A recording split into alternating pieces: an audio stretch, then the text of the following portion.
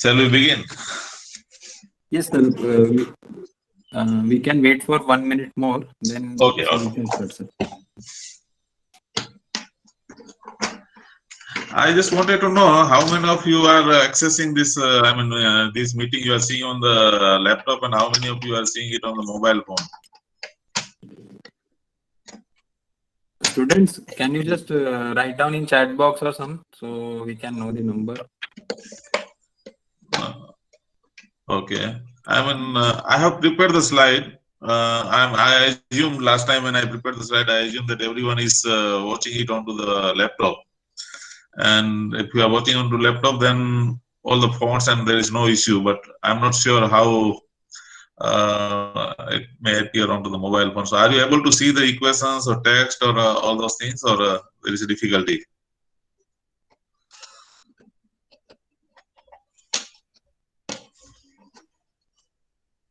Students, unmute yourself and you can reply. Sir, I'm unable to see your screen. You are unable to see the screen? I mean, right now I Yes. have not said it, but last time when you were the presentation mode, whether you were able to see the equations or all those things into the.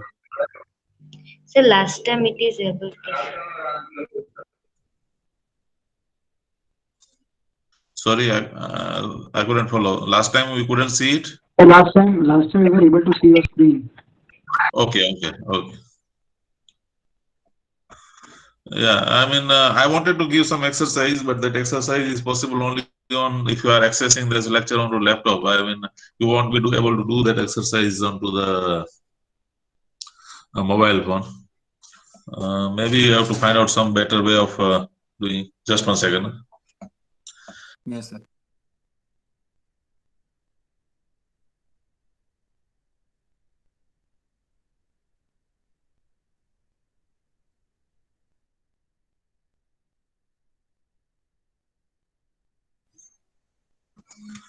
Yes, I was telling that I wanted to give you exercise, but that would like possible only onto the laptop. So maybe we have to find out some better way of doing things.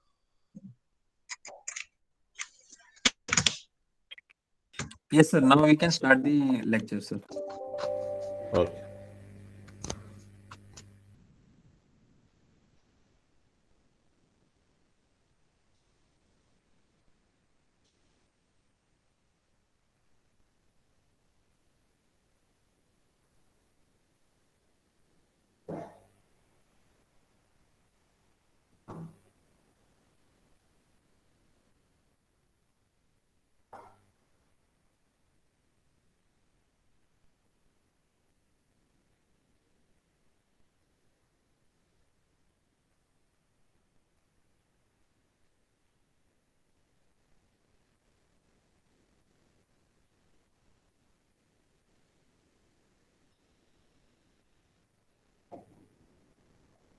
Okay, I'm just trying to open my presentation. Bear with me. Yes, sir.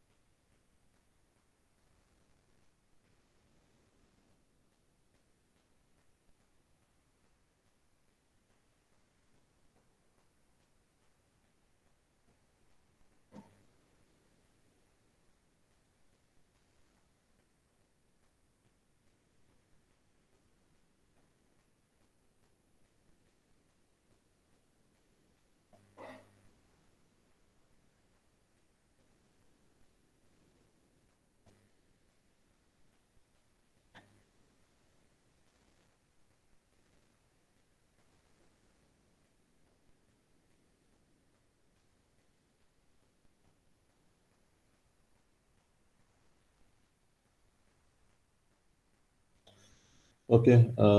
You are able to see now? Yes, sir. Yes, sir. Okay. Okay. I will switch off my video so we have bandwidth. Okay.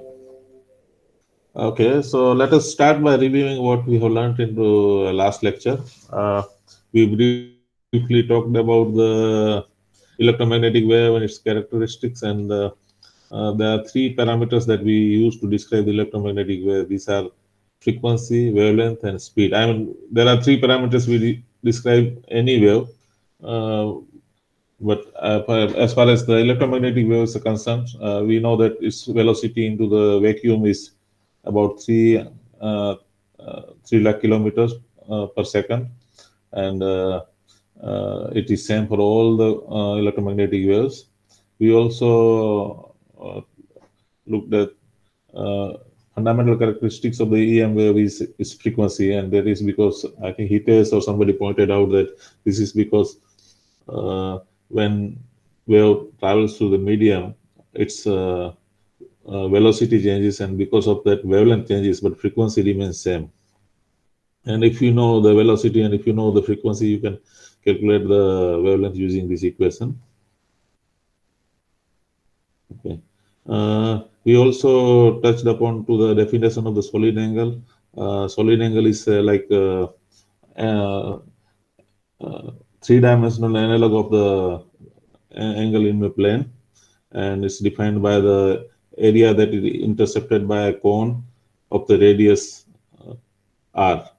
So it's a ratio of the area divided by the r square, and its unit is steradian.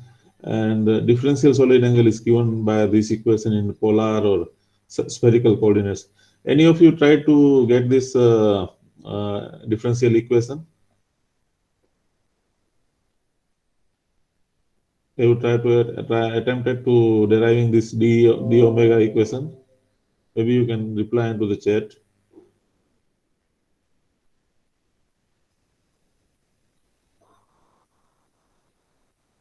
No, sir. I see. Okay. I mean, this is going to be the one of the question in your exam, so better you do it. Okay. Okay, let's go to next. And then we have also looked into the definitions of the various quantities that we will be using very often. One of them is in radians, and radians is defined as an amount of the energy that is crossing the solid, that is crossing the unit area, and that area has to be the perpendicular to the direction of propagation per unit solid angle, per unit interval of the wavelength, per unit time. If you notice, if you are careful, you will notice that there is an emphasis onto the energy. The whole definition is given in terms of the energy. One, of course, reason is that it is an historical region, that all of the that subject is actually come out of thermodynamics, and the thermodynamics in beginning had dealt with mostly with the energy and how it is transformed and what we can do, work and all those things. Okay. And the other reason that we are more concerned with the energy, we are not talking about many other quantities, we are talking about particularly these quantities. This is because radiative transfer as a subject is a study of transfer of the energy. Okay, we are more concerned with the transfer of the energy. I mean, there are many people study the electromagnetic waves for the varieties of reason. For example, antenna people study the electromagnetic wave from the communication point of view. Astronomers study electromagnetic waves to understand these things, but we study this subject because we are concerned with the amount of the energy. So most of time we use the same tools, but our perspective is to get the energy. Okay. If you are wondered why this cos theta is in the terms, this is because it's very difficult to get the area always into the direction of the propagation. So if you have an area in a particular some directions, you can always get an area perpendicular to direction of propagation by multiplying it cos theta. Okay, so that's why this cos theta into the definition. Okay, and then we also saw one more definition, that was irradiance, and irradiance is simply the cosine weighted integration of radiance.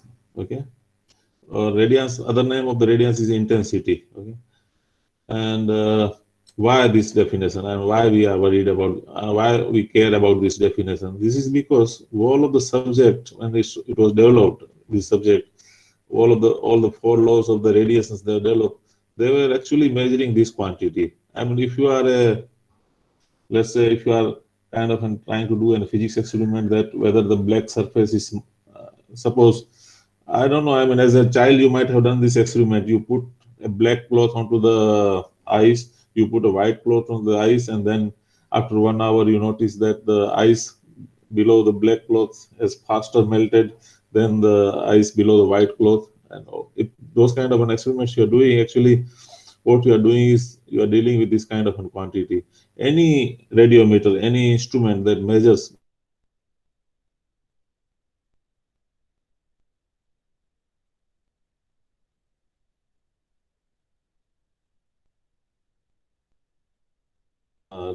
think, and then scientists worried about that what it is, and then they come upon the definition of the radiance. We still worry about this quantity because as an atmospheric scientist, you may be worried about that how much ocean is getting warm because of the solar radiations, or you want to find out the wind speed, then you want to find out the differential heating between the land and ocean, and all this time, what is you are worried about this quantity from the sun. Okay. Okay, but most of time, this quantity you are actually, even though this doesn't, the definition specifically doesn't mention about the hemispheric or whole spheric integration. What you have, just 1 second, I will just adjust my slide. Okay.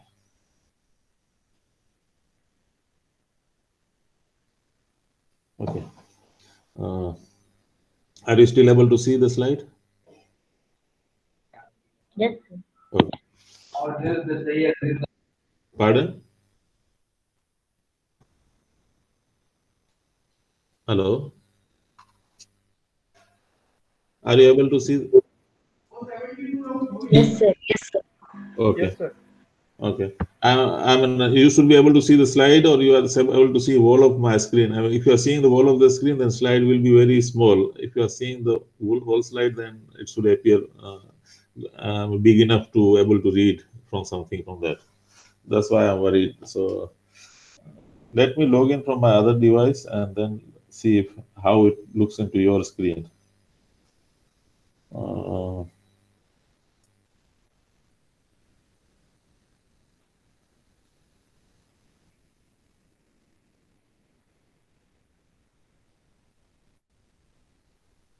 Okay, I'm just trying to log in from my other device so I can see how the screen appears on your terminals. Okay.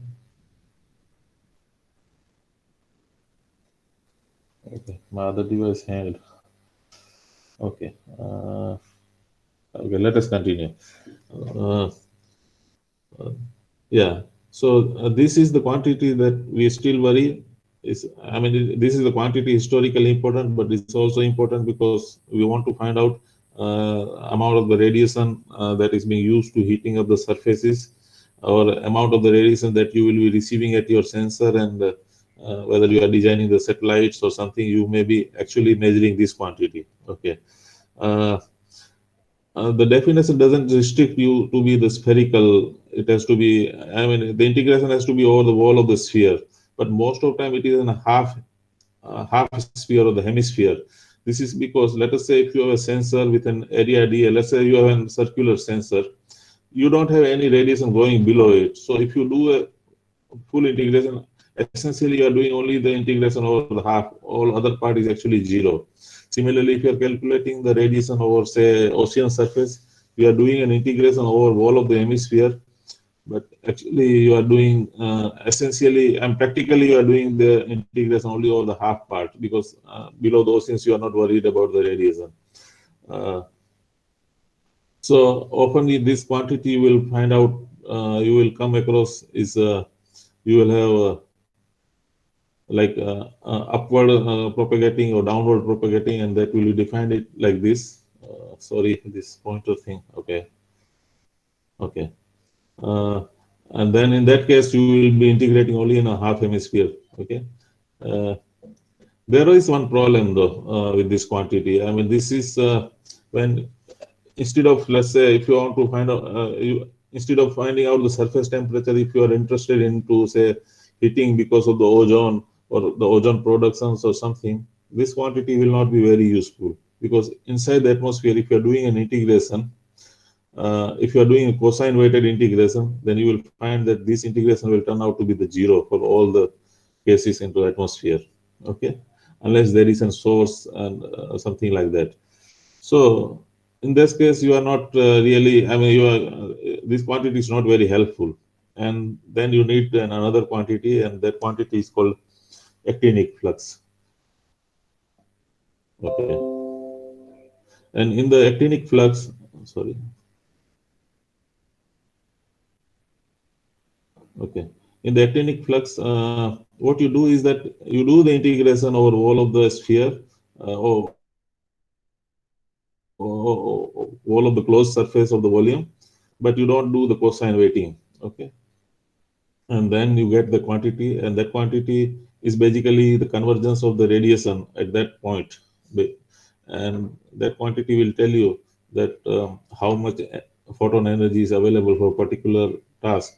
And then we also saw that many of the chemical reactions are driven by the photon energies, and they have to be of particular wavelength. And if the wavelength is, so let's say this NO2 is broken into the NO and O using the photon of energy 420 nanometer, wavelength 420 nanometer, then all the photons with wavelength smaller than 420 nanometer will be able to drive this chemical reaction. So when you do these things, you have to actually integrate over all the wavelength.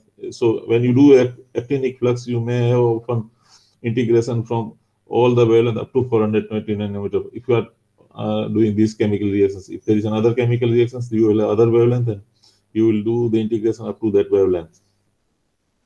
Then there is one more quantity called quantum efficiency you should be worried about if you are doing an atmospheric chemistry, and that will tell you that if you have absorbed, say, 100 photons, how many photons will be able to break that bond.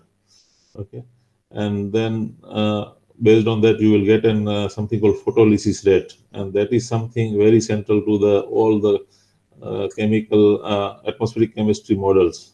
Okay. Okay.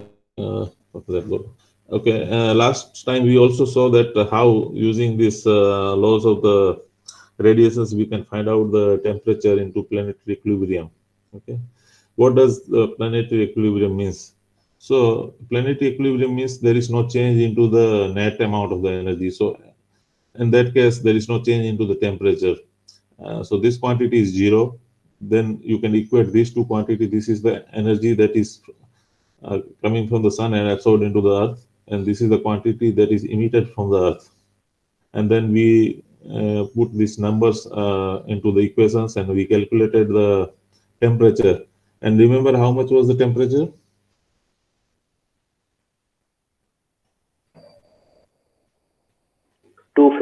Kelvin.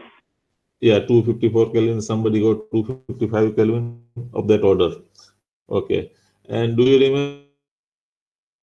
remember what is the average temperature I mentioned of the earth or whole globe?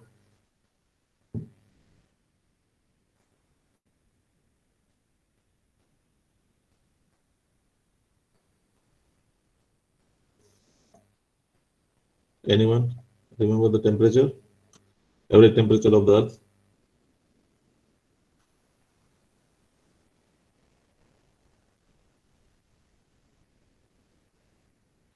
It is 16 degrees centigrade, so it's roughly about like 289 degree Kelvin. Okay, so the temperature that we calculated is about 35 degree Kelvin or 35 degrees centigrade lower than the temperature actually being observed over the earth, as an average over the earth. And why that is? That is because we have not accounted for the fact that earth has an atmosphere. Okay. And if we account for the atmosphere, then if we include the atmospheric effects, then we should be able to get the temperature. and that is what we are going to do it. But before that we do it, I want to do an exercise. I want you to do an exercise and bring the results next time in next lecture. And the exercise is that, you know, the moon is approximately at the same distance at the Earth, okay, and moon doesn't have the atmosphere. So I want you to calculate the temperature over the moon. Suppose you send some spaceship there, and then you find out what will be the temperature it will be experiencing on the day side of the moon and on the night side of the moon. Okay, so this is your exercise. Actually, you can note it down, and then probably then we will discuss that results in next. Yes. Okay. So let us look into the atmosphere. Okay.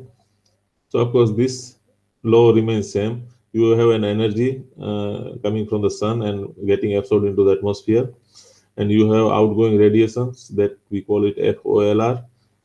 I have shown this with in red, these wavy lines, and this should balance if you want to keep the temperature constant.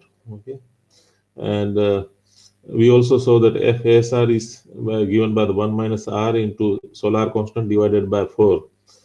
Solar constant is an amount of the energy per square meter that we received at top of the atmosphere. Okay, R is the surface albedo of the Earth, and its value is about 0.3. Okay, so these things are same. What does changes when you add the atmosphere? Okay, now you have you have FOLR going from the Earth.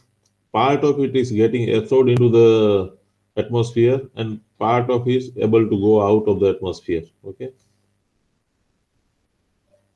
and so what we have to do is that we have to break down the FOLR into the two parts. One that is going from the Earth. Let us say, according to Earth's temperature, the initial emissions was Fe.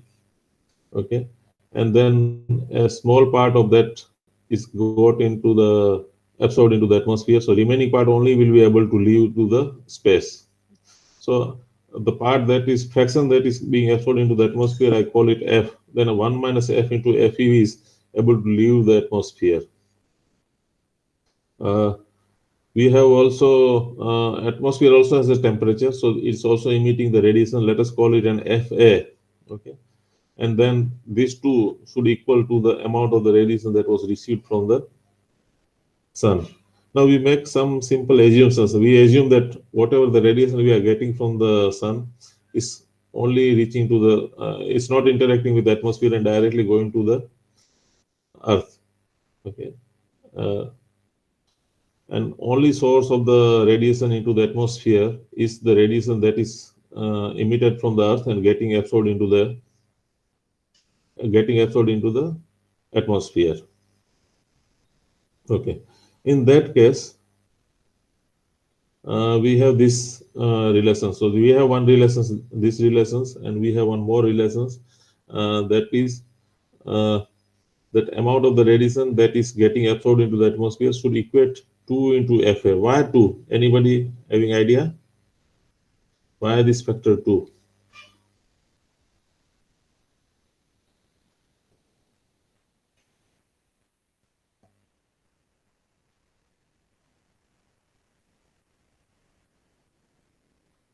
Anyone?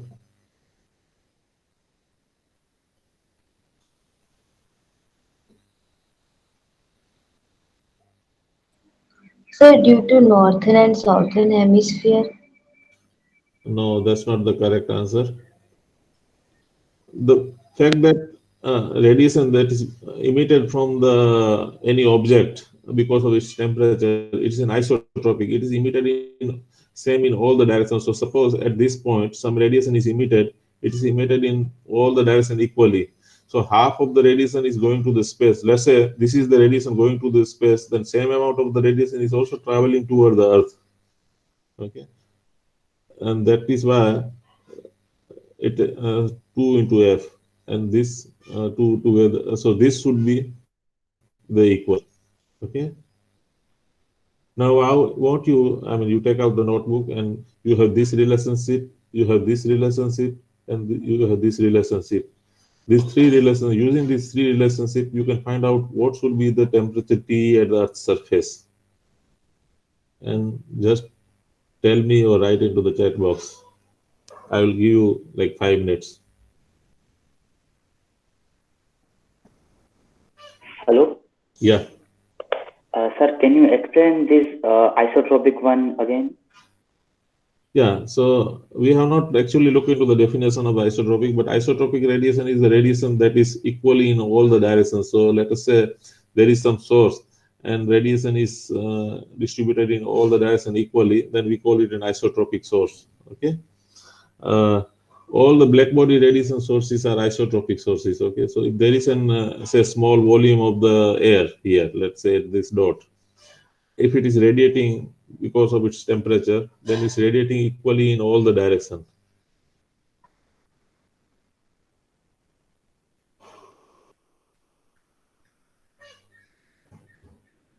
Is that clear? Or? Sir, I didn't understand that factor 2. That's why.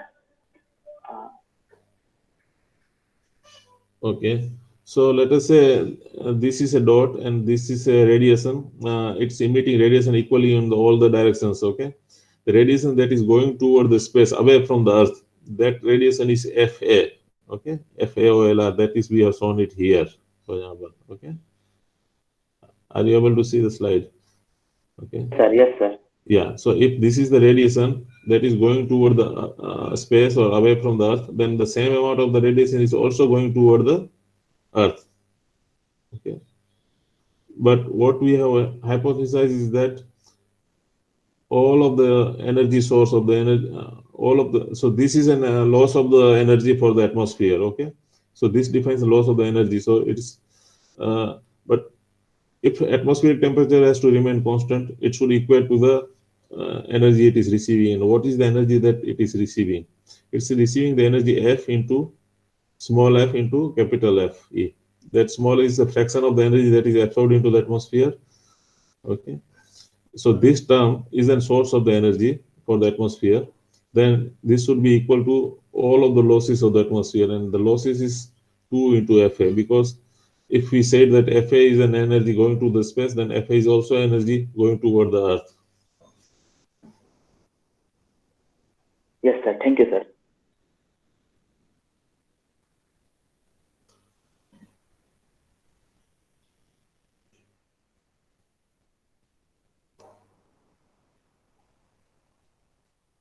Okay. Anybody got the equation for the temperature?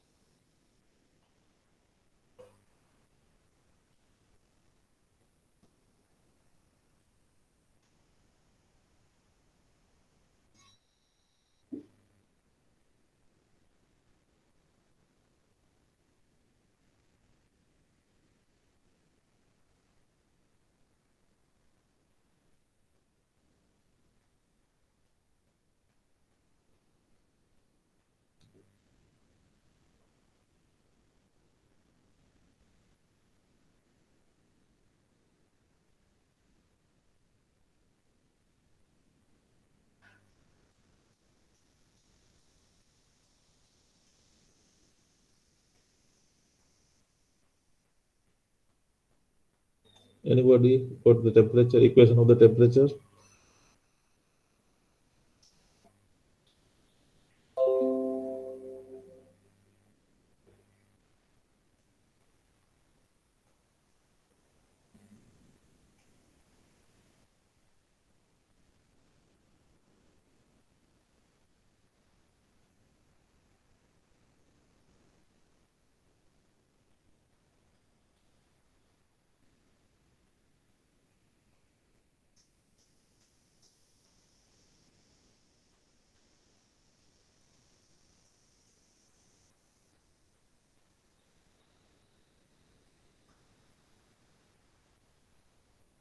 Anybody is trying to get the temperature or just waiting to show me the equation? Students, you can unmute and can give the answer.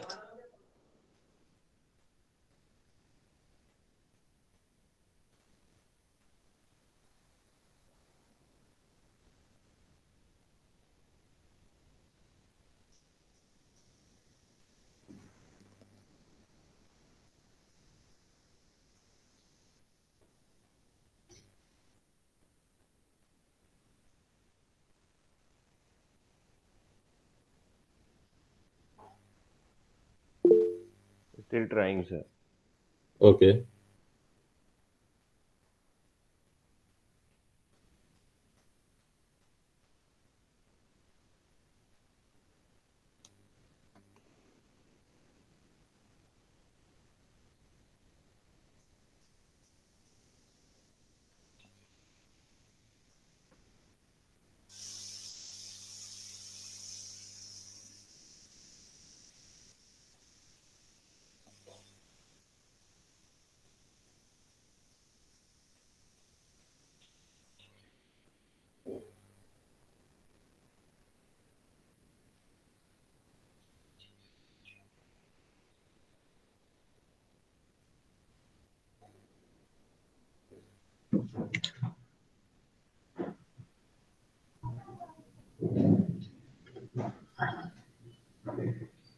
Students can answer the bandwidth if anyone has solved or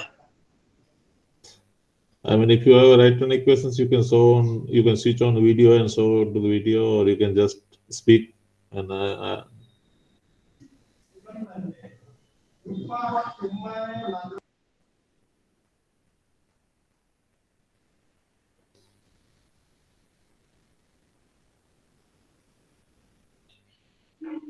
But sir, in this equation, sir, what we are going to take fraction absorbed by the atmosphere? I mean, we will come to that. I just want to see the equation first, whether you got the equation or not. Then we will calculate the temperature. I will tell you what value of F you should be using.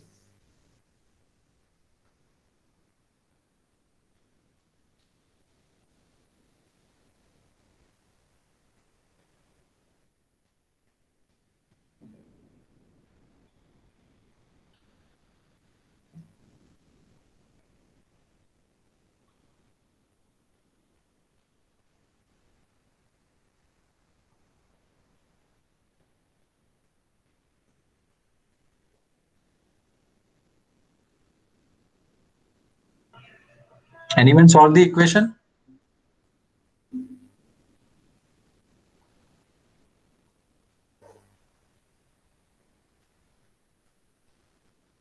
I thought it should not take more than 30 seconds. It's such a simple equation. You can unmute yourself, Chintan, and you can reply.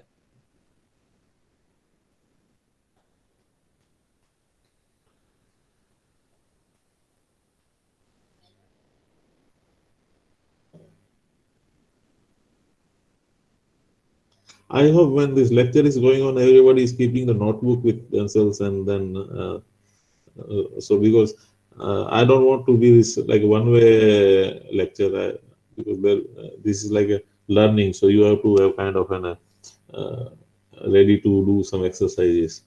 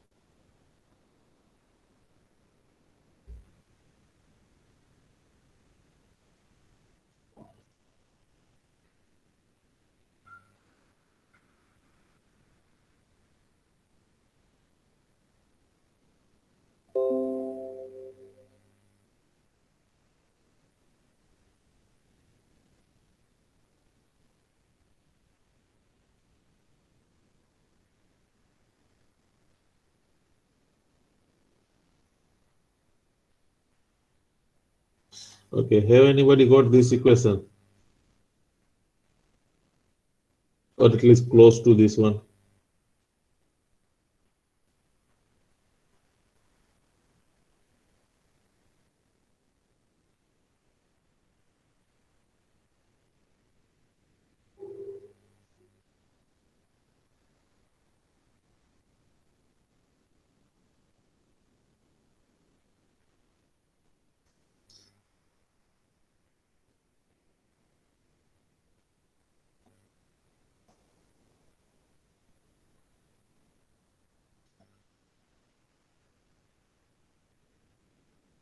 Okay, I'm just trying to say.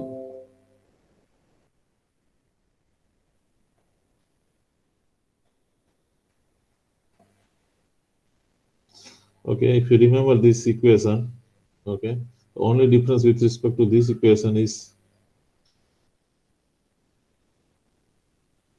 there is one extra term.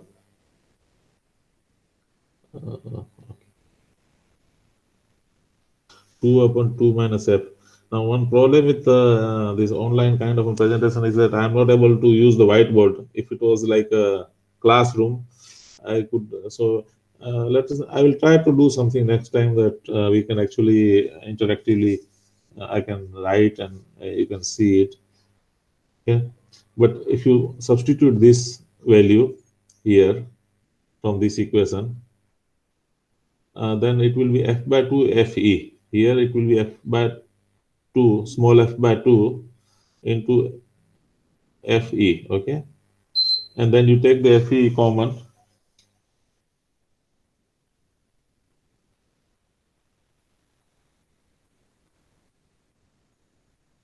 Okay, and then if you take the fe common, this is what you will be left. And then you know the equation of temperature and the radiation relationship, that is Stefan Boltzmann law, and that is temperature energy is equal to total energy emitted from a surface from a body at temperature T is sigma into T power 4. Okay, if you substitute that, you will get this equation in terms of the temperature. Okay.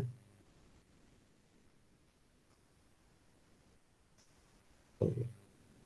And then this term. So whatever the radiation that is emitted from the Earth, 80% of it is getting absorbed into the atmosphere. Okay, only 20% is able to leave.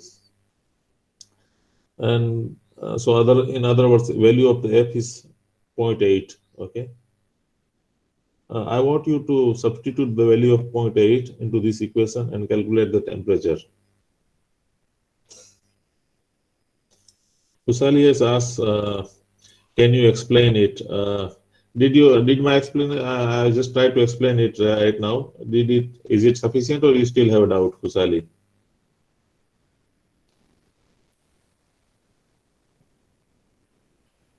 Okay, yeah. So now I want you to know that about 80% of the radiation that is emitted from the Earth, long wave radiation that is emitted from the Earth, is getting absorbed into the atmosphere.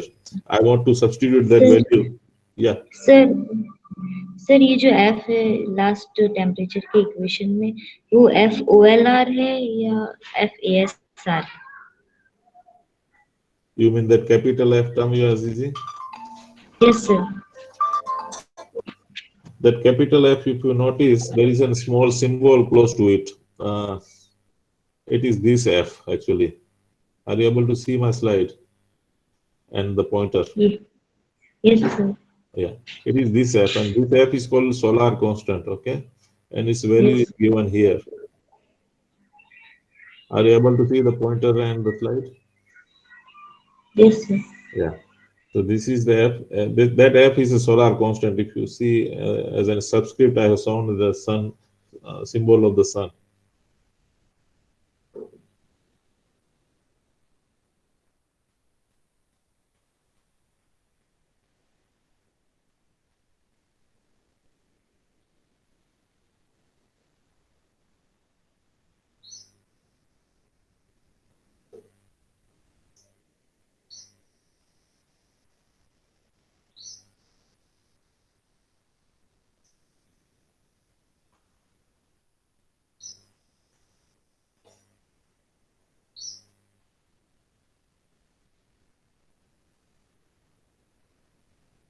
I want you to calculate the temperature using values of F, small f, that is a fraction of the energy that is absorbed into the atmosphere.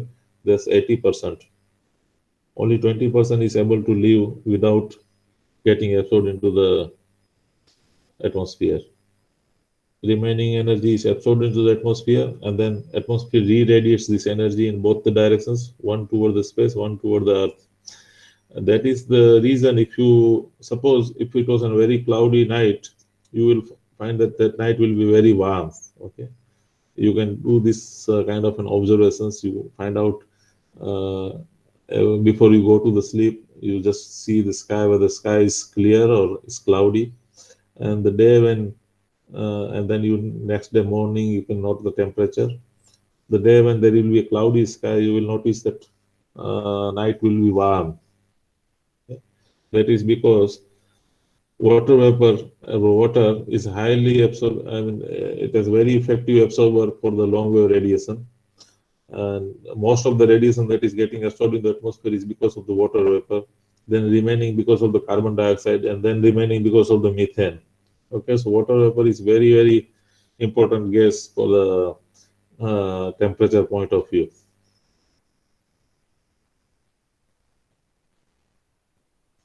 One of the reason you will hear that deserts are very cold. You might hear this term very often.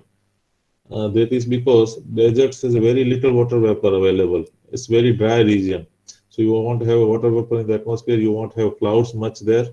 So radiation can just leave it to the atmosphere.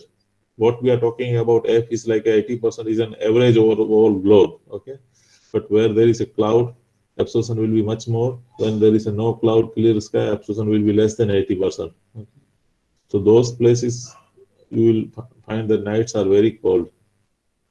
So deserts are very warm too, and deserts are very cold too.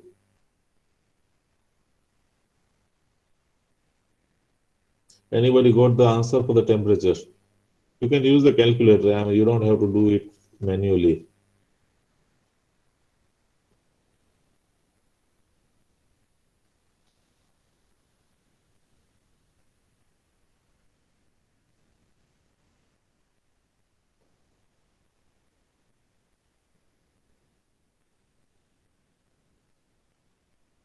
Okay, Heath has got the answer, 289 degree Kelvin.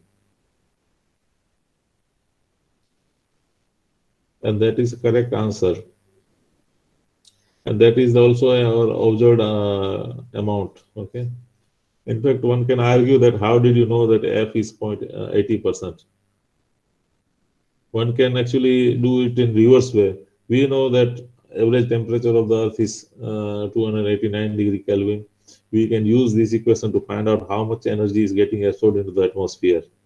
That is also one way of looking at the problem. Okay, but the 289 degree Kelvin is a correct answer.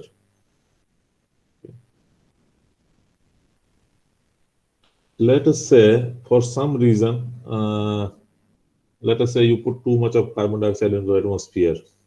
Now instead of 80%, 85% of the energy is getting absorbed. What will be the temperature?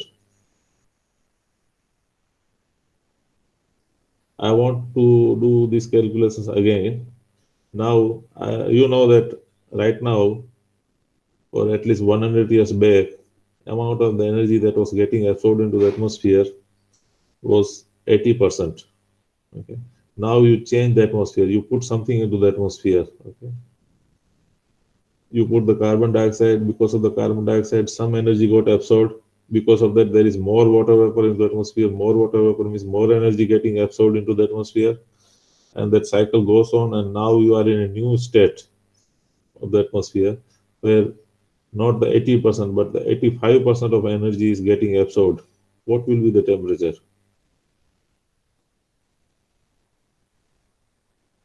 You followed the argument?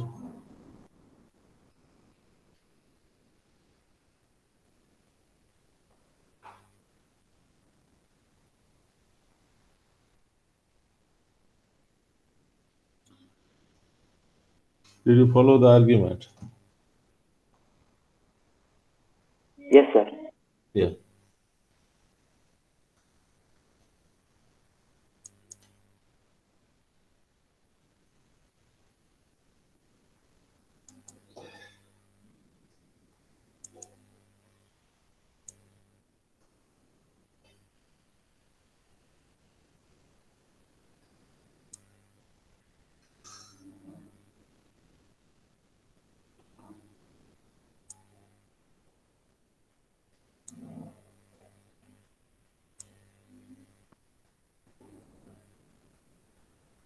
I have not done this calculation before, so I'm also doing calculation with you. So to know that really how much time it takes to do this calculation.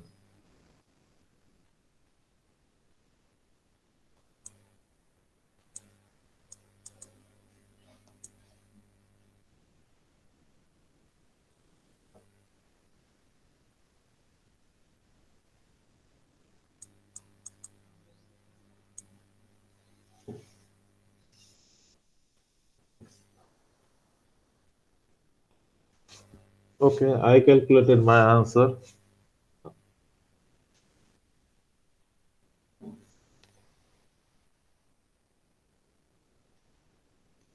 Chintan has given answer 291 degree Kelvin. That is for the F equal to 80% or for F equal to 85%? 85%. Okay. You are getting little smaller number than I have get. I got something around 290, 292.8. You have got 291.1. So about 1 degree smaller than my answer. But that's all right. I mean, you might have done some rounding off. I might have done some other rounding off or something. Yeah.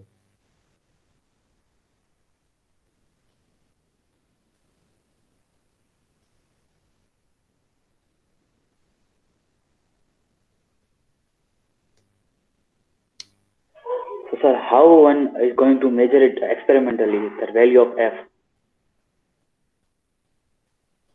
Value of F measuring experimentally is difficult. I mean, it's not that it's impossible, but you can measure all of the calculations that we have done so far. We have done the calculation assuming there is an equilibrium, okay, which means d upon dt equal to 0. If this equilibrium is not established, until that equilibrium is not established, we cannot do this really these calculations, okay.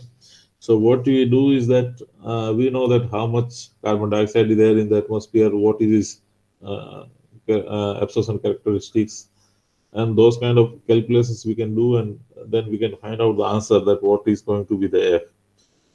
But when there will be an equilibrium, at that point of time, we will be able to know that, okay, this is the F.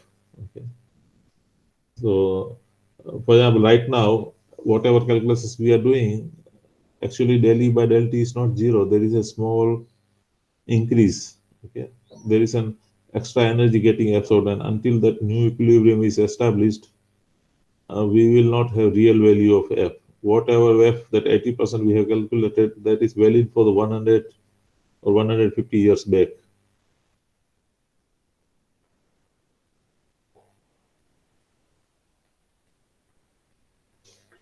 Then, sir, there is a model for that one, or this is the one we have? Mathematical model. Yes, mathematical model. So model is nothing but the equation, okay?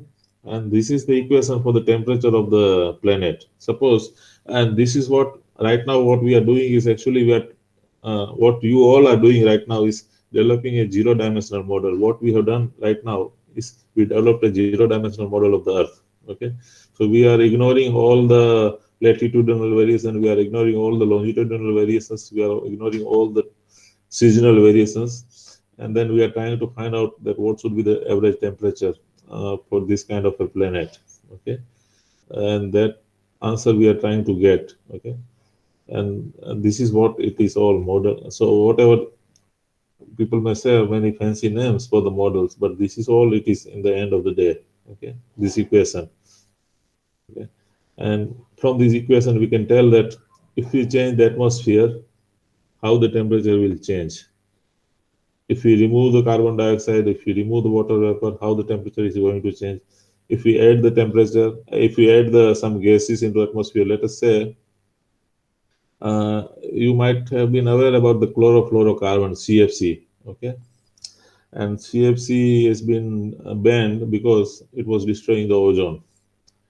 Now, why the CFC was first of all was used? It was used for the refrigerator and the many industrial applications.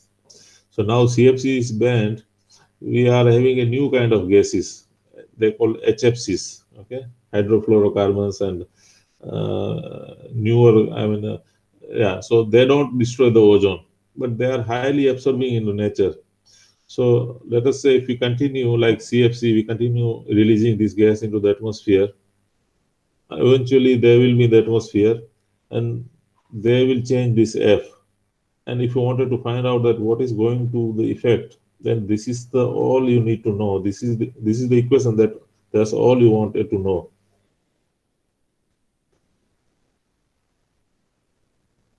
Yes, sir. Thank you, sir.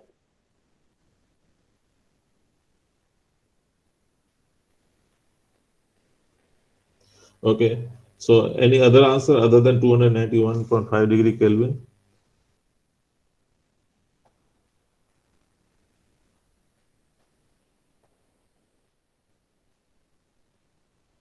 Anyway, you can do the calculations at your free time. This will be the questions. This will be one of the questions you in your exams and your final evaluations. Okay. And what answer I got is about 293 degree Kelvin. And what point I wanted to make is that if you change F only by 5%, your temperature will rise almost by 4 degrees centigrade. And there's a huge increase in the temperature. If you remember, there was a Paris Agreement. In this Paris Agreement, all the world leaders met and they made a promise that we will try to restrict our temperature increase to the 2 degrees centigrade. Because even when with the 2 degrees centigrade, there will be many disastrous consequences. So imagine that how much more damage it can be if the temperature has to rise by 5 degrees centigrade. Anyway, so this is one of the application of the radiative transfer to find out the climate of the place, okay? Climate of the planet. Suppose you wanted to establish an say colony on the Mars. You want to find out what will be the temperature, what changes you should do into the atmosphere of the Mars so that life can sustain there. You have this equation. You can do it with these equations. Okay. This is where the radiative transfer comes. There are other applications of the radiative transfer, like I mentioned. When you wanted to do a chemical calculation, you wanted to find out how much pollution will be produced, how much ozone will be produced because of the vehicular pollutions. You need the radiative transfer. Even if you wanted to make a film, for example, movies, particularly cartoon movies, you want to learn the radiative transfer. They require the experts of the radiative transfer. This is because you wanted to, let's say, there is a scene of the sunset or there is a scene of the sunrise, or like there is a scene into the, let's say, forest, for example, or there is a scene into the, say, mountains. All of you yourself can imagine that when you last visited any hill stations, how the sky looked. When you are looking at the sky from, say, Ahmedabad, how it looks, okay? How it looks different into the afternoon and how it looks different in the suns during the sunset. This is all part of the radiative transfer, okay? Anyway, so we have looked into this one of the application of the radiative transfer without actually going into the details of the laws. We have taken it granted that there is a Stephen Boltzmann law, there is a Planck's law, there is a Kirchhoff's laws, and so on. Okay, so let us look these laws in little more detail. Okay, so all of the laws, they start with something called black body radiation. Okay, and in the central idea into the black body radiations or the all of the radiative transfer is this: all the objects emit the radiation as a result of their temperature. Okay, then of course you can ask then why I am not able to see into the night. I mean, if the objects emitting all the objects are emitting radiations, then I should be able to see into the night. Only when there is something very, very hot, you are able to see that yes, this has a temperature and it's emitting radiations. Even, for example, when you are using the lamp, it's actually the same principle you are applying. You are increasing the temperature, and because of that, you are able to get the light, and because of that light, you are able to see the other objects. And do you know what is being what when you are seeing the flame, what you are seeing?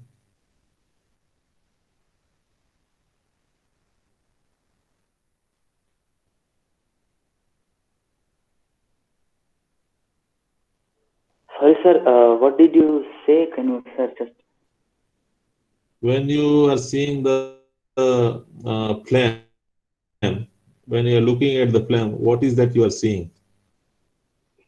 Sir, it's a combustion of that liquid which we are using to lamp in the presence of oxygen. It is a combustion. So, in result of that, we are getting emission.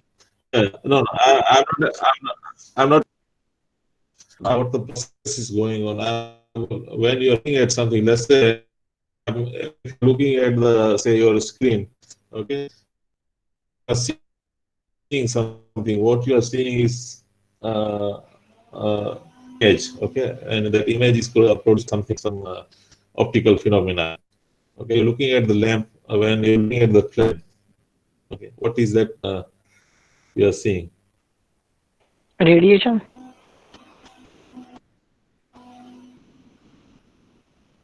Because of the radiation, you are able to see something, but what is that you are seeing? It is quantized.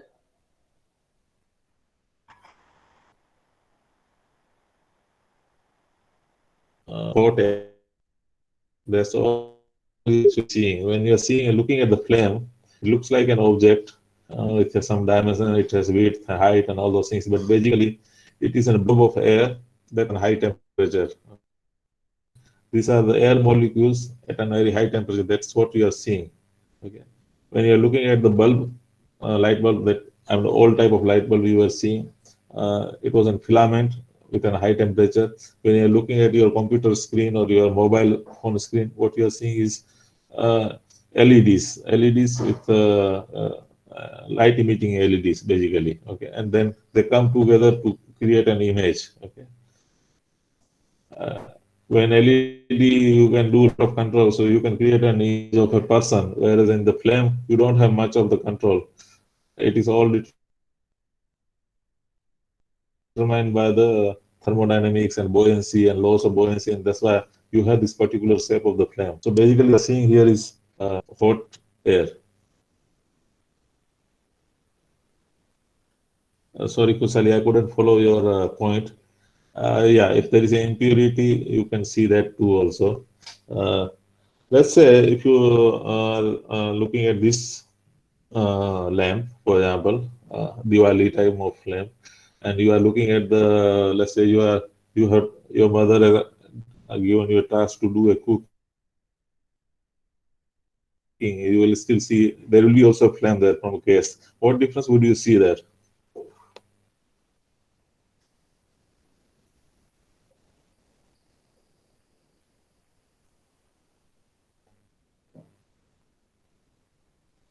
Sir, can you repeat? We couldn't hear you. Oh, I'm sorry.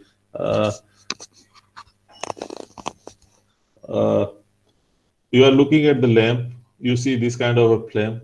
When you look at the flame into the kitchen when you are cooking, what is the difference do you see?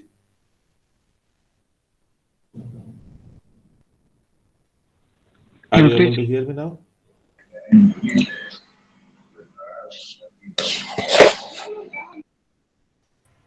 Color different. Yes, you will see the different color of the flame. So temperature. Yeah. Temperature you will experience, but what you will see with eyes will be the color. Okay, this flame looks very yellowish. That flame will look much more bluish, and that is because it has a higher temperature than this. Yes. Yes, Missile, you are trying to say something? Sir, I mentioned the temperature part, which you cleared out. Yeah. Okay, and that the difference in the color is because of the temperature. Okay, so even though all the objects radiates, I mean it's very difficult to imagine that I'm sitting here and I'm emitting the X-rays, but the amount of the X-rays will be very, very small. Okay, whatever the amount of the radiation I will be emitting, that may not be able to possible to see with eyes, because our eyes can see a very small part of the spectrum. Okay, but all the objects emits the radiation, and that radiation depends on to the temperature of the object. Okay. And Gustav Kirchhoff was the first person to systematically study this. Okay, he hypothesized from the laws of thermodynamics that temperature and the radiation, amount of the radiation that is being emitted, okay, or property of the radiation is somehow linked. Okay, and he actually coined this term called black body. So, what is the black body? Okay, black body is a body or object that will absorb all the radiation falling onto it. Okay, from all the directions, from all the wavelength. So, if you are if you are trying to see with your eyes, you will see it as black. Even if you try to see with any other things, it will appear to you black. Okay, this is because no radiation is getting reflected back from the body. Everything that is falling onto it is an absorbed, and is an hypothetical body because there is no real black body. Okay, there will be always small amount of the radiation will be. There is no perfect black body in real life. Okay, but if you wanted to make something equivalent to the perfect black body, you can design something like this. Okay, just one second. This bar is very irritating. I don't know how to disable this black bar below.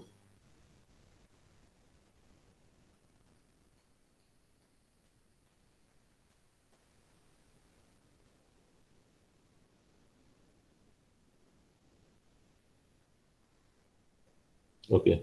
Oh, sorry. Again, moment I touch the mouse, it is. Okay. I want you to look at this bottom image. I won't be able to show you with cursor, but the bottom image, you can have this kind of a cavity, and in this inside this cavity, in the center of the cavity, if you try to measure the radiation, that will be the perfect example of the black body radiation, the radiation that is coming from the black body. Why the radiation should come from the black body when we talk about the absorptions? This is because if there is a black body, and if it is in thermal equilibrium, which means its temperature is not changing, then the radiation falling into it should, and let's say there is no other way of losing the radiation too. So when the radiation falls into it, the same amount of the radiation should also be emitted in order to keep it in equilibrium. Okay. So if you add this cavity which is shown into the bottom image, that will be having the perfect example of the black body radiations. And in this case, it will not depend on to what is the material of the wall. Okay.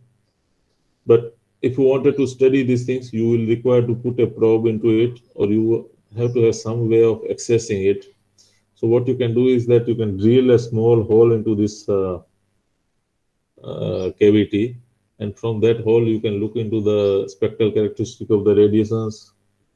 Okay, and within this hole, if there is a radiation goes inside the cavity, it will be scattered into the various part of the various part of the cavity and will not be able to come out of it.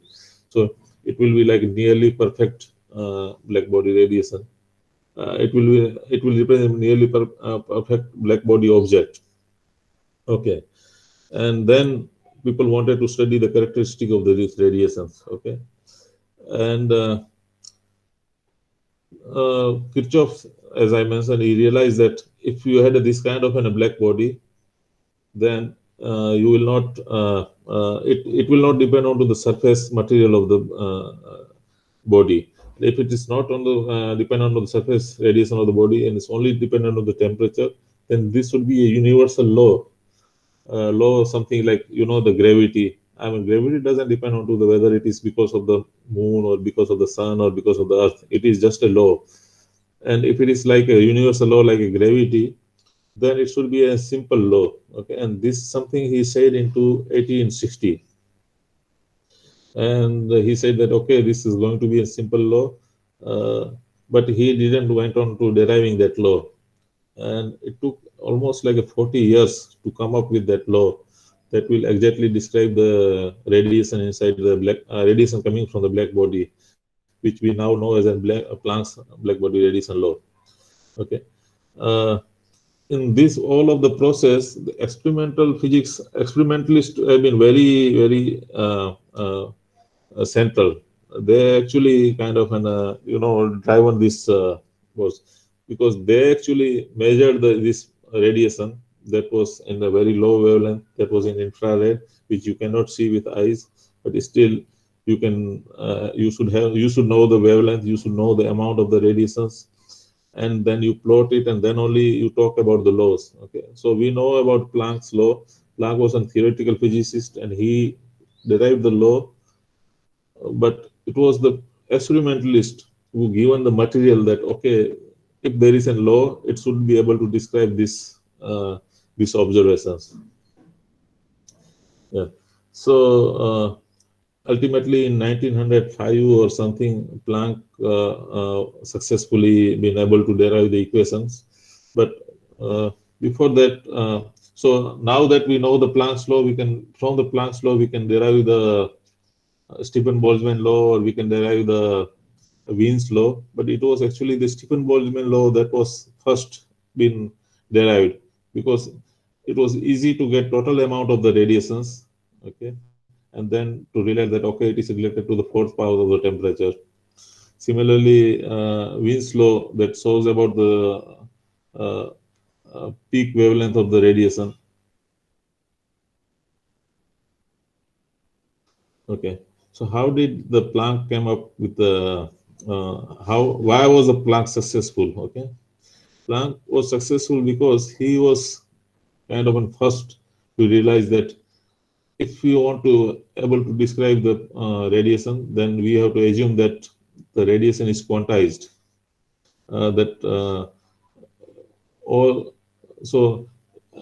Of course, by this time, this was a well-established idea that, okay, based on thermodynamics, that there are some oscillators inside the surface, and that emits the radiations. Okay, and according to the frequency of the oscillator, the frequency of the radiation will be determined. Okay, what Planck hypothesized that they cannot have any energy; they can have energy only that is a multiple of h nu, where nu is a frequency and h is a Planck's constant. Now we know it as a Planck's constant. Okay, and n is an integer, so they can have only the integer values of integer multiples of the h nu of this energy. And when an oscillator does not radiate the energy. I mean, we have studied that if there is an oscillating electric dipole, then it will radiate the energy. But dipole cannot. A dipole can oscillate only at certain quantized energy, and it cannot just radiate the energy. It will radiate the energy only when its energy state is changing. Okay, and if you have to change the energy state by only one unit, then the photon release will have an energy of h nu. Okay, so if you wanted, so once you have postulated these things, if you wanted to find out the characteristic of the black body radiation, what you want to find out is that all the oscillators of the frequency mu. Okay, so how many oscillators are with frequency? All the oscillators with a different frequency, how many of them can give you actually the difference delta E equal to h nu? Okay. And then he used he postulated that he further assumed that all the material that is all that oscillators that are able to radiate the radiation, they have distribution described by the Boltzmann distribution. Okay, and what does the Boltzmann distribution says?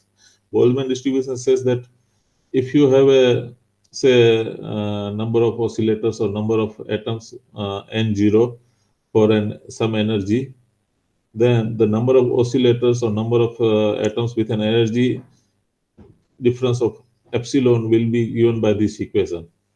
Okay. Okay. So if you wanted to find out all the, but then Planck said that epsilon can be only h nu, a multiple of the h nu. Okay. So if you wanted to find out all the oscillators with different energy states, all you needed to do is the sum of all of them. Okay, so you have n0 plus n0 e power h nu upon kt. I'm not sure you are able to read this equation. It looks even very small to my screen. It will be much smaller into your mobile phone's screen. But anyway, you remember that this term is h nu upon kt, where k, capital K, is an Boltzmann constant and T is a temperature. And then n0 e power 2h nu upon kt and so on. Okay. If you take the n0 common on this equation, then the remaining equation is actually can be described with this term 1 minus e power h nu upon kt. Okay. If you wanted to find out the energy, then all of these terms you can multiply by their energy state. Okay, so that energy given by h nu, the energy of n0. Let us say you have an n0 number of molecules with zero energy, then the number of molecules with h nu energy can be given by this term, and so on. So you multiply by the appropriate energy levels for this each of this amount, you will get this term. Okay, so basically, essentially, more or less is similar to this term, and then you again take out the common. What you get is this equation shown into the bottom, h nu into n0 e power h nu upon kt. If you wanted to find out the average energy, then you divide by n, then you get the energy term. I will not be able to take my mouse below, otherwise again that band will block the this equation. So, but that equation, that last equation that you are seeing, if you remember the equation of the Planck's equation, it shows its a counterpart. Okay. From this point onward, it's actually, once you have this much, so you know that average energy for the oscillator will be given by h nu divided by e power h nu upon kt minus 1. All you wanted to find out, so let's say this is in black body radiation density. You have A into h nu upon e power h nu upon kt minus 1, because this is the energy of like average energy, then A you wanted to find out. Okay, so how do you find out A? So by this time, there was already one law was available, that's called the Rayleigh-Jeans law, and it described the radiation when kt is very large. This law was very accurate. Okay, why? Because when frequency is low, so nu is low and kt is high, you have this term is 0, e power 0 is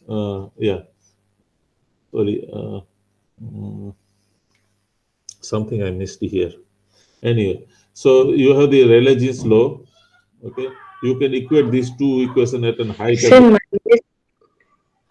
yes, e raised to minus h nu by kt. yeah, I think I negative sign I missed. Okay, so anyway, you equate these equations, you can find out the value of A, and then this is the equation you will get in terms of the frequency. You can substitute the lambda equal to c upon nu, then you can get this equation in terms of the lambda. Okay, but this is the law, this is the equation that we know as in Planck's law. Okay, but if you notice, there is no pi into this equation. You know why? This is because this term that I shown here is basically irradiance that we discussed in the beginning. Okay, and if you wanted to derive this law in terms of the say radiance, then you have to divide by the, so this is like isotropic radiation, so you divide by the steradian of the total sphere, so you divide it by the 4 pi, so ultimately you get this equation. If you tried directly substitute this equation, you will get a term with pi, but you have to remember that this is like an energy density, whereas this is radiance. So you have to divide it by the 4 pi, and this is the term that you will get. So B here shown is nothing but that the first definition, monochromatic intensity or radiance, that we have talked about. That's the term here. Okay. Yeah. So you get this law. What I wanted you to do is that plot values of intensity for the different values of the temperature. Okay, I want you to plot T for the say 10,000 degree Kelvin, T for the 5,000 degree Kelvin, T for the 1,000 degree Kelvin, and T for the say 300 degree Kelvin. Okay, did you get that? Anyway, we are nearly end of these things. If you sorry. Okay. So I want you to do a plotting, and then we will discuss more about it. So I think I will close it my talk here. If any questions or something, we can again go into it. Otherwise, you can do. In fact, I wanted to do this exercise live here. Do this plotting of the temperature. But as many of you are not using the laptop right now, so it may not be possible to do it plotting onto the mobile phone. But I want everyone to do it, do the plot, and then share the images next time when we again meet for the lecture. Okay. So thank you. Now, if there are any questions, we can take that.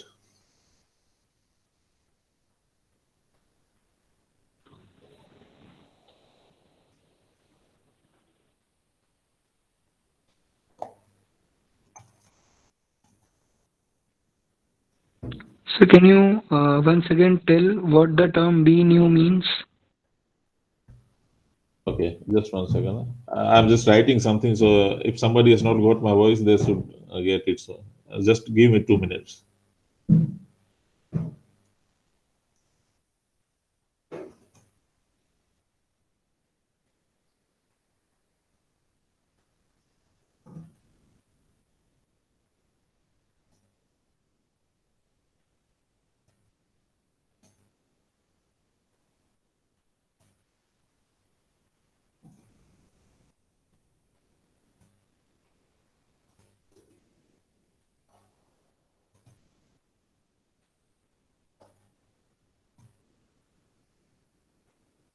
Okay, I hope you get. Okay, yeah, you wanted to know what is the B. Okay, and let me go back to my beginning slides.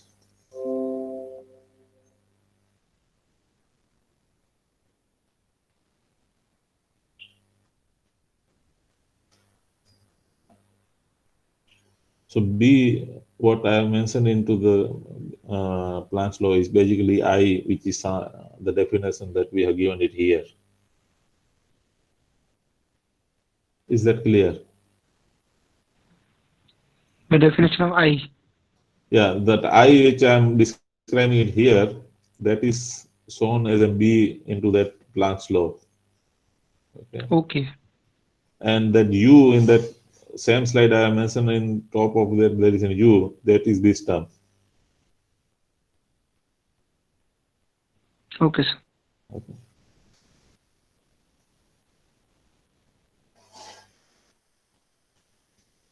So U that this is an irradiance, and this is basically not sorry. This is sorry, I made a mistake again. U here I am describing is an actually actinic flux. This is I just now mentioned, but that U here which I mentioned is actually this term. Okay.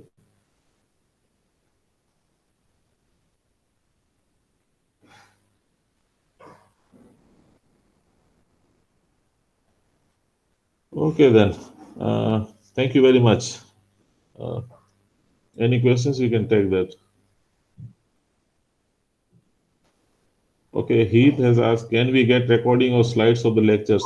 Akhil, you can reply to that. WhatsApp. Yes, sir. We can share, sir. Already we are recording this session also, so we can give, sir. Okay. Yeah, so that recorded session you can actually share with them. Yes, sir.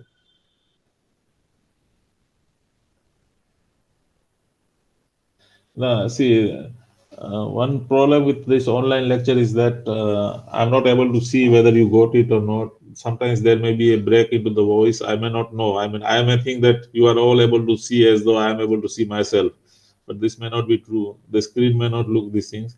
So if you Yes. have noticed this kind of a problem, okay, you bring that, you can write it down, and then next time you say that I was trying to explain something and you couldn't understand, then I can take it again. Okay.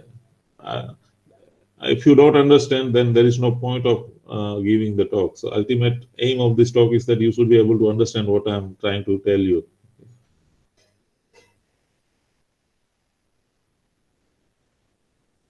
Yes, sir. Yes, sir.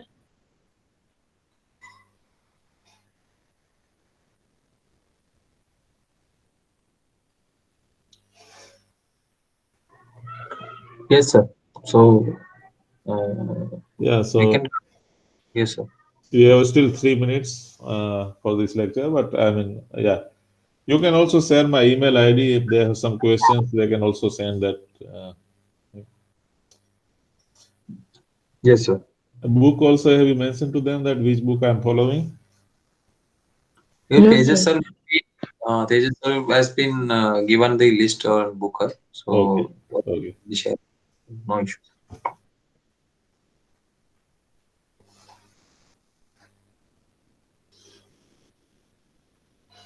Okay. It looks like that I have explained very well, so nobody has any questions now.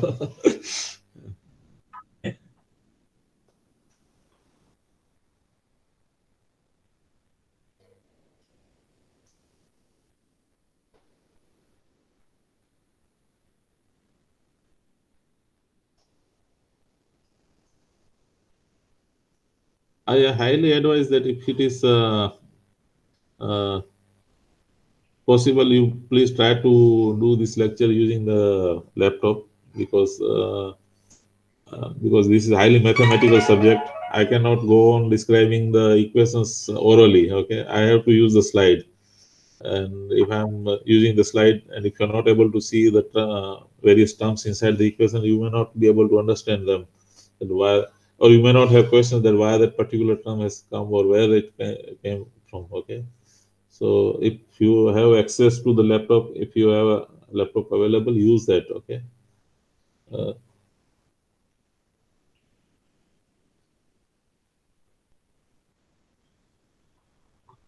Yes, sir. So I guess there is no question anymore. So, sir, we can conclude the lecture, sir. If okay.